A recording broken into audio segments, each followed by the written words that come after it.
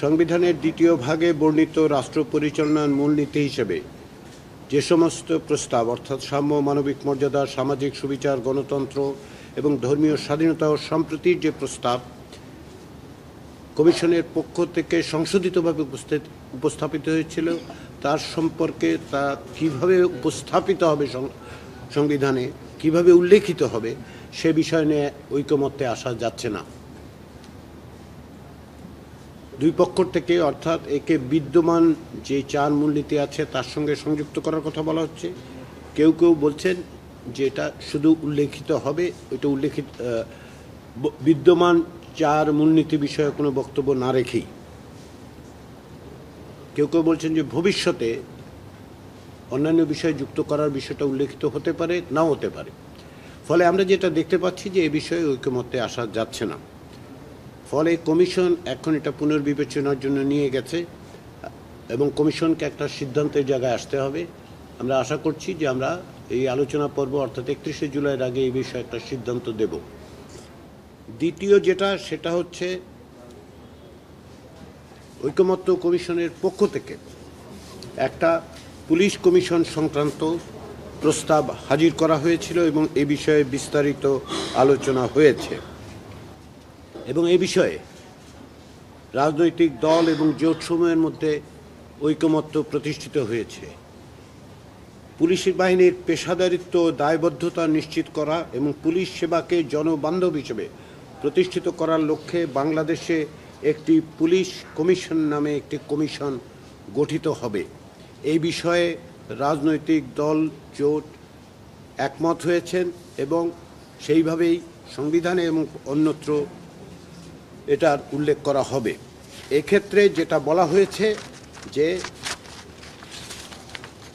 Police বাহিনীর পেশাদারিত্ব ও দায়বদ্ধতা নিশ্চিতকরণ এবং পুলিশ সেবাকে জনবান্ধব হিসেবে প্রতিষ্ঠিত করার লক্ষ্যে একটি স্বাধীন পুলিশ গঠনের প্রস্তাব। এই কমিশনের তিনটি উদ্দেশ্য থাকবে। এক, শৃঙ্খলা বাহিনী হিসেবে পুলিশ যাহাতে আইনানুগভাবে এবং প্রভাবমুক্তভাবে দক্ষতার সহিত দায়িত্ব পালন করিতে সক্ষম হয় তাহা নিশ্চিত করা। দুই, পুলিশ বাহিনীর যে কোনো সদস্যের উত্থাপিত অভিযোগের নিষ্পত্তিকরণ। তিন, নাগরিকদের পক্ষ থেকে পুলিশ বাহিনীর কোনো সদস্যদের বিরুদ্ধে উত্থাপিত অভিযোগের নিষ্পত্তিকরণ। কমিশনের গঠন প্রক্রিয়া জাতীয় সংসদে প্রণীত আইনের দ্বারা নির্ধারিত হইবে। তবে আইন প্রণয়নের ক্ষেত্রে জাতীয় সংসদ যেন প্রস্তাব বিবেচনায় নেয় তার জন্য একটি কাঠামোর কথা ঐকমত্য কমিশনের পক্ষ থেকে বলা হয়েছে এবং এ বিষয়ে ঐকমত্য হয়েছে। আইন প্রণয়নের ক্ষেত্রে জাতীয় সংসদ এইগুলো প্রস্তাবগুলো বিবেচনায় নেবেন। সেগুলো হচ্ছে এক, যে আমরা বলছি যে কাঠামো হবে 9 সদস্যের। চেয়ারম্যান হবেন আপিল বিভাগের একজন অবসরপ্রাপ্ত বিচারপতি যার বয়স 75 বছরের ঊর্ধ্বে নয়। সদস্য সচিব হিসেবে থাকবেন অতিরিক্ত পুলিশ মহাপরিদর্শকের নিচে নয় এমন একজন অবসরপ্রাপ্ত পুলিশ কর্মকর্তা যার বয়স 62 বছরের ঊর্ধ্বে নয়। 3, জাতীয় সংসদের সংসদ নেতার একজন প্রতিনিধি যিনি সংসদ সদস্য হইবেন। 4, জাতীয় সংসদের বিরোধী দলীয় নেতার একজন প্রতিনিধি যিনি সংসদ সদস্য হইবেন। জাতীয় সংসদের স্পিকারের একজন প্রতিনিধি যিনি সংসদ সদস্য হইবেন এবং জাতীয় সংসদের ডেপুটি স্পিকারের যিনি বিরোধী দল থেকে নির্বাচিত ডেপুটি স্পিকার তার একজন প্রতিনিধি যিনি সংসদ সদস্য হইবেন। 7 নম্বর, সচিব পদমর্যাদার নিচে নহে এমন একজন অবসরপ্রাপ্ত সরকারি কর্মকর্তা যার জেলা ম্যাজিস্ট্রেটের অভিজ্ঞতা রয়েছে। 8, জেলা জজ পদমর্যাদার নিচে নয় এমন একজন অবসরপ্রাপ্ত বিচার বিভাগীয় কর্মকর্তা অথবা সুপ্রিম কোর্টের হাইকোর্ট বিভাগে তালিকাভুক্ত একজন আইনজীবী যার আইন পেশায় ন্যূনতম 15 বছরের অভিজ্ঞতা আছে। 9, একজন মানবাধিকার কর্মী দেশে এবং বিদেশে নিবন্ধিত মানবাধিকার বিষয়ক সংস্থায় ন্যূনতম 10 বছরের কাজের বাস্তব অভিজ্ঞতা সম্পন্ন। এটি হচ্ছে কাঠামো। কমিশনের সদস্যদের মধ্যে ন্যূনতম 2 নারী সদস্য থাকবেন। এখানে যে সংসদ সদস্যদের মধ্য থেকে যে 4 জন তার বাইরে যে সমস্ত সদস্য হবেন তাদের মনোনয়ন কারা দেবেন সে বিষয়েও কমিশনের সুপারিশ রয়েছে, প্রস্তাব রয়েছে। এই সদস্যদের বাছাইয়ের জন্য স্বরাষ্ট্র মন্ত্রণালয়ের মন্ত্রী, জাতীয় সংসদের স্বরাষ্ট্র মন্ত্রণালয় সম্পর্কিত স্থায়ী কমিটির সভাপতি এবং সুপ্রিম কোর্টের হাইকোর্ট বিভাগের একজন বিচারপতি, বিচারক হিসেবে যার অভিজ্ঞতা 10 বছরের কম নয়, সমন্বয়ে একটি কমিটি গঠিত হবে। এটি ওই 4 জন ছাড়া, অর্থাৎ জাতীয় সংসদের নির্বাচিত প্রতিনিধিদের মধ্যে থেকে যে 4 জন আসবেন তার বাইরে যে 5 জন তাদের নির্বাচন করবেন। চেয়ারম্যান, সভাপতি এবং সদস্য সচিব কমিশনের সার্বক্ষণিক সদস্য হবেন। কমিশনের বাকি 7 সদস্য অবৈতনিক হবেন, তবে তাদের কমিশনের সভায় যোগদান এবং অন্যান্য প্রযোজ্য ক্ষেত্রে ভাতা সম্মানী প্রাপ্তি আইনের দ্বারা নির্ধারিত হবে। চেয়ারম্যান, সদস্য সচিব এবং অন্যান্য সদস্যদের দায়িত্ব, কর্তব্য, এখতিয়ার, জবাবদিহিতা, পদত্যাগের অধিকার এবং অপসারণের পদ্ধতি ইত্যাদি সংসদ কর্তৃক প্রণীত আইন দ্বারা নির্ধারিত হবে। কমিশনের নীতি নির্ধারণী ও নির্বাহী কার্যাবলী কমিশনের সংখ্যাগরিষ্ঠ সদস্যের সমর্থনে অনুমোদিত হইবে।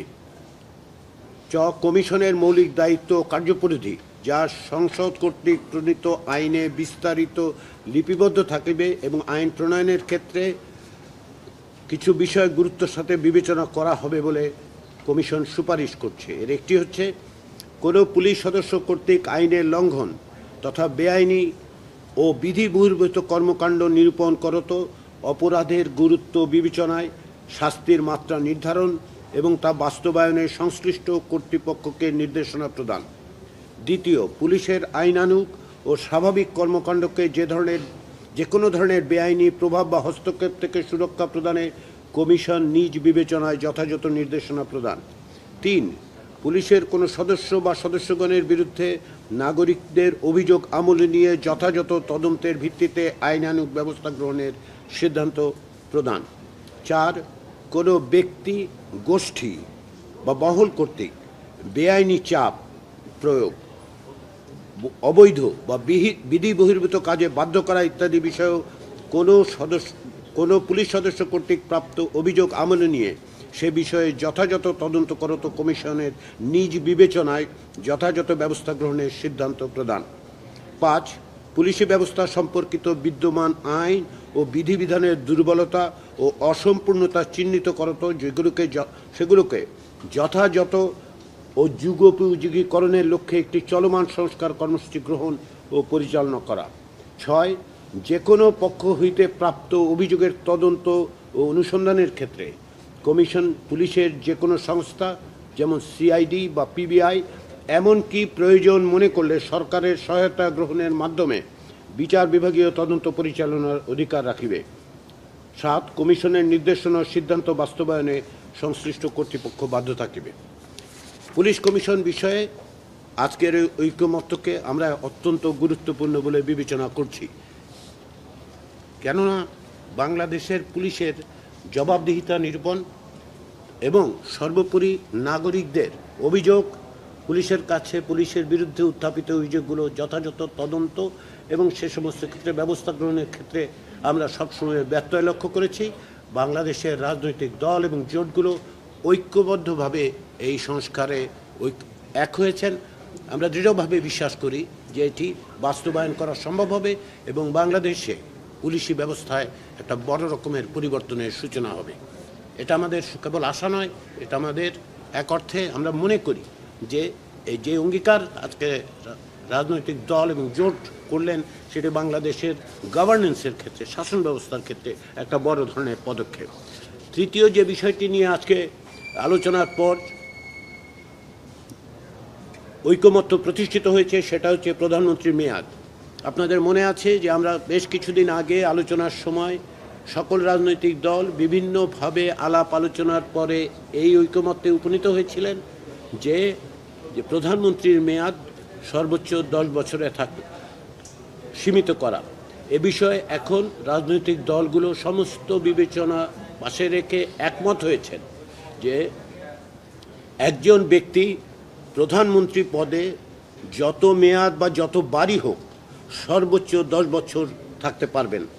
এই জন্য সংবিধানের সংশ্লিষ্ট অনুচ্ছেদসমূহের প্রয়োজনীয় সংশোধনী করা হবে। এরপরে আমরা আজকে যে বিষয় নিয়ে আলোচনা অব্যাহত আছে সেটি হচ্ছে সংসদে নারী প্রতিনিধিত্ব। সংসদে নারী প্রতিনিধিত্বের ব্যাপারে আগে একাধিক দিন আলোচনা হয়েছে। সামগ্রিকভাবে আমরা যেটা লক্ষ্য করেছি যে সংসদে নারীদের প্রতিনিধিত্ব বৃদ্ধি করার ব্যাপারে রাজনৈতিক দলগুলোর মধ্যে ঐকমত্য আছে এবং তার একটি প্রক্রিয়া পদ্ধতি আমাদের খুঁজে বের করতে হবে। সংবিধান সংস্কার কমিশনের পক্ষ থেকে একটি প্রস্তাব ছিল এবং নির্বাচন ব্যবস্থা সংস্কার কমিশনের পক্ষ থেকেও প্রস্তাব ছিল। আলোচনার টেবিলে অন্যান্য প্রস্তাব এসেছিল এবং তারই ভিত্তিতে একটি সংশোধিত প্রস্তাব ঐকমত্য কমিশনের পক্ষ থেকে দেয়া হয়েছিল। প্রথমে আমরা বলেছিলাম যে এখন ৬৫ অনুচ্ছেদে যেভাবে সংরক্ষিত আসন আছে সেটা বাতিল করে দেওয়ার জন্য আমরা প্রস্তাব করেছিলাম এবং এই প্রস্তাব করা হয়েছিল যে রাজনৈতিক দলগুলো 1/3 আসনে নারীদের মনোনয়ন দিতে বাধ্য থাকবে। এই আলোচনায় অগ্রগতি না হওয়ার কারণে আজকে আমরা ঐকমত্য কমিশনের পক্ষ থেকে যে প্রস্তাব উত্থাপন করেছি তা হচ্ছে যে বিদ্যমান সংবিধানে যে নারীদের সংরক্ষিত 50টি আসন আছে সেটি অব্যাহত রাখা হবে। এর বাইরে রাজনৈতিক দলগুলোকে আমরা অনুরোধ করছি এবং আমরা এই বিধি ব্যবস্থার জন্য প্রস্তাব করেছি যাতে ন্যূনতম 1/4 বা 1/5 300 আসনের 1/4 বা 1/5 আসনে নারীদের সরাসরি নির্বাচনের জন্য রাজনৈতিক দলগুলো মনোনয়ন দেয়।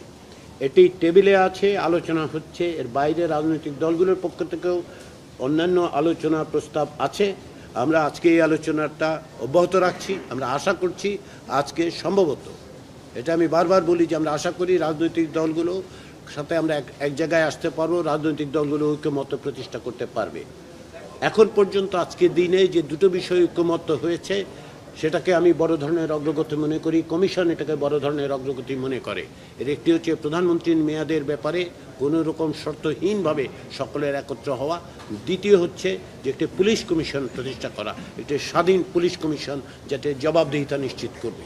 আমরা আশা করছি আজকে তৃতীয় বিষয়টিতেও আমরা একমত হতে পারবো এবং সেটি করতে পারলে আমরা আগামী দিনগুলোতে অন্যান্য বিষয়গুলো নিয়ে আলোচনা করব। আজকের আলোচনা ততক্ষণই অব্যাহত থাকবে যতক্ষণ পর্যন্ত আমরা মনে করছি যে আলোচনাটা সফলভাবে আমরা এগিয়ে নিয়ে যেতে পারছি। আগামীকালও এই একই প্রক্রিয়ায় আমাদের আলোচনা অব্যাহত থাকবে। আপনাদের সবাইকে ধন্যবাদ।